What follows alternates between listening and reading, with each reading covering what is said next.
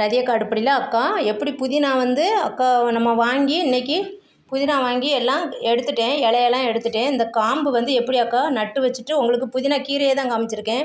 காம்பு எப்படி நட்டு வைப்பேன்னு உங்களுக்கு காமிக்கல, அதனால் அக்கா நீ காமிக்கிறேன். இங்கே பாருங்கள் எப்படி கிராஸாக கட் பண்ணியிருக்கிறேன்னா தெரியுதாப்பா? இந்த காம்பை வந்து கிராஸாக கட் பண்ணிட்டு மேலே உள்ள பகுதியை மேல் பக்கமாக கீழே வேர் பகுதியில் தான் கிராஸாக கட் பண்ணணும். பண்ணிவிட்டு இங்கே பாருங்கள், அவ்வளோதான். இந்த குச்சை லைட்டாக அப்படி ப்ரெஸ் பண்ண, அவ்வளோதான். இப்படி எல்லா குச்சியும் அக்கா நட்டு வச்சுருவேன். இது ஒரு பிரியாணி டப்பா தான், பாக்ஸு. எதுனாலும் எடுத்துக்கோங்க நீங்கள். உங்கள் தொட்டி இப்போல்லாம் நல்லா குட்டி குட்டி தொட்டியாக விற்கிது. அக்காவுக்கு அது நான் இப்படி வீட்டில் இருக்குது, சும்மா தானே இருக்குது, பிளாஸ்டிக்கு வேஸ்ட்டாக போகுதுன்னு சொல்லிவிட்டு அக்கா வந்து இதை யூஸ் பண்ணிகிட்ருக்கிறேன். நீங்கள் தொட்டியில் கூட வச்சுக்கலாம். சூப்பராக இந்த மாதிரி எல்லாமே கிராஸாக தான் கட் பண்ணிவிட்டு வைக்கணும்.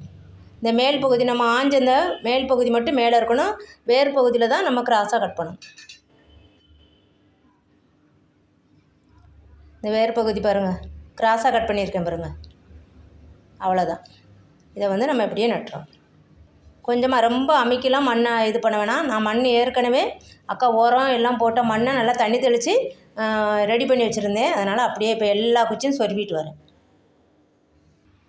கொஞ்சம் குச்சி வந்து கொஞ்சம் திக்னஸாக இருக்கிற மாதிரி எடுத்துக்கோங்க. அந்த காம்பு இங்கே பாருங்கள், இது ரொம்ப மெலிசாக இருக்குது. ஆனால் நடுவில் எதுவுமே உடையக்கூடாது. உடஞ்சிருந்தால் அது நம்மளுக்கு யூஸ் ஆகாது. அப்படி உடையாத பார்த்து எடுத்துக்கோங்க. இதெல்லாம் அக்காவுக்கு நடுவில் உடஞ்சிருக்கு, இந்த உடையக்கூடாது. நடுவில் உடையலோ அதை மடங்கிட்டு இருக்கக்கூடாது. குச்சி நல்லா ஸ்ட்ரைட்டாக இருக்கணும், கொஞ்சம் திக்காக இருக்கணும். அந்த மாதிரி ஸ்டிக்கை எடுத்து கீழே வந்து வேர் பகுதியை வந்து கிராஸாக கட் பண்ணிவிட்டு நீங்கள் இந்த மாதிரி நட்டு வச்சிங்கன்னா, அக்கா எல்லாத்தையும் இப்போ ஃபுல்லாக நட்டுட்டேன்.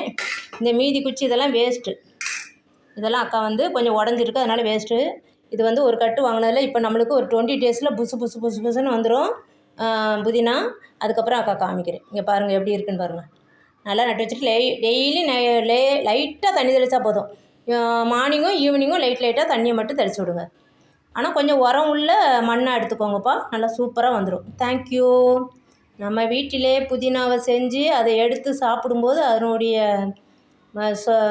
ரொம்ப சந்தோஷமாக இருக்கும் மனதுக்கு. எல்லாமே வீட்டிலேருந்து நம்ம எடுத்தோன்னு வச்சுக்கோங்களேன், ரொம்ப ரொம்ப சந்தோஷமாக இருக்கும். இந்த புதினா ரொம்ப வாசனையாக வேறு இருக்கும். நம்ம கிள்ளும் போதே நம்ம வீட்டில் நம்ம உரம் போட்டு மண் போட்டு வேலையை செய்கிற இந்த புதினா ரொம்ப ரொம்ப ரொம்ப டேஸ்டியாகவும் இருக்கும். தேங்க்யூ.